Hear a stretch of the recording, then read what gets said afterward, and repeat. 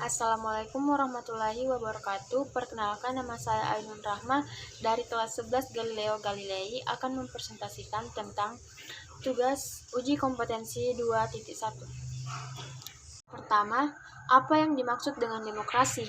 Demokrasi adalah bentuk pemerintahan di mana semua warga negaranya memiliki hak setara dalam pengambilan keputusan yang dapat mengubah hidup mereka. Yang kedua, jelaskan macam-macam demokrasi. Berdasarkan penyaluran kehendak rakyat, demokrasi langsung sama dengan seperti pemilu. Demokrasi tidak langsung seperti keputusan yang dirumuskan dan ditetapkan oleh wakil rakyat. Contohnya seperti Dewan Perwakilan Rakyat, Dewan Perwakilan Daerah, dan Dewan Perwakilan Rakyat Daerah. Berdasarkan prinsip ideologi, demokrasi liberal sama dengan sebuah kebebasan sebuah individunya yang sering mengabaikan kepentingan umum. Contohnya seperti negara Amerika, Prancis, dan Inggris. Demokrasi rakyat sama dengan yang didasari dari paham sosialisme dan komunisme yang mementingkan kepentingan negara dan kepentingan umum. Contohnya seperti Rusia, Korea Utara, dan Republik Rakyat Cina. Demokrasi Pancasila berdasarkan musyawarah dan mufakat yang mengutamakan kepentingan umum, sama dengan Indonesia. Berdasarkan hubungan antar alat kelengkapan negara, sistem presidensial, seperti konsep trias politika yang dijadikan pedoman bagaimana lembaga harus bekerja.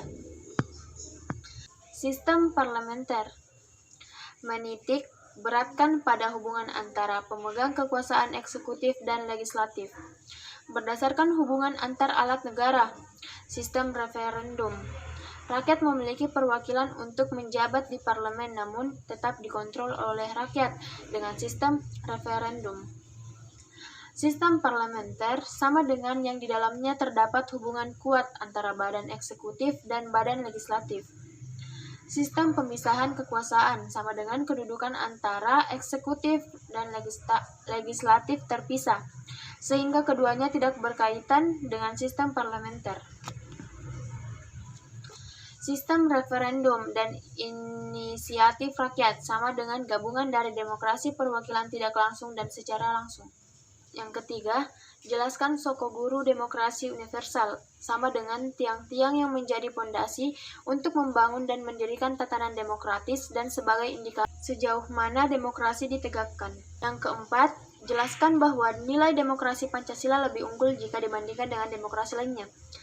Karena demokrasi Pancasila mengutamakan kepentingan dari masyarakat, negara, dan bangsa, sedangkan demokrasi lainnya mengutamakan kepentingan demokrasinya sendiri.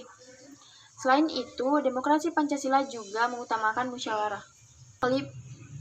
Yang kelima, buktikan bahwa negara Indonesia adalah negara demokratis, baik secara normatif maupun empirik. Dilihat dari segi normatif, asas demokrasi pada Indonesia dapat dibuktikan melalui manifestasi yang tertera di Pancasila dan bentuk-bentuk formal seperti pemilu langsung. Secara empiris, pembuktian bahwa Indonesia merupakan negara demokratis dapat dilakukan dengan mengurai sejarah keberlangsungan politik praktis negara ini. Dan yang keenam, kemukakan prinsip-prinsip yang perlu dilaksanakan untuk mewujudkan kehidupan yang demokratis. Untuk mewujudkan kehidupan yang demokratis itu ada 3. Negara berdasarkan konstitusi, jaminan perlindungan hak asasi manusia, dan kebebasan berserikat dan mengeluarkan pendapat. Cukup sekian presentasi saya, kurang lebihnya mohon dimaafkan. Wabillahi taufiq wal hidayah. Wassalamualaikum warahmatullahi wabarakatuh.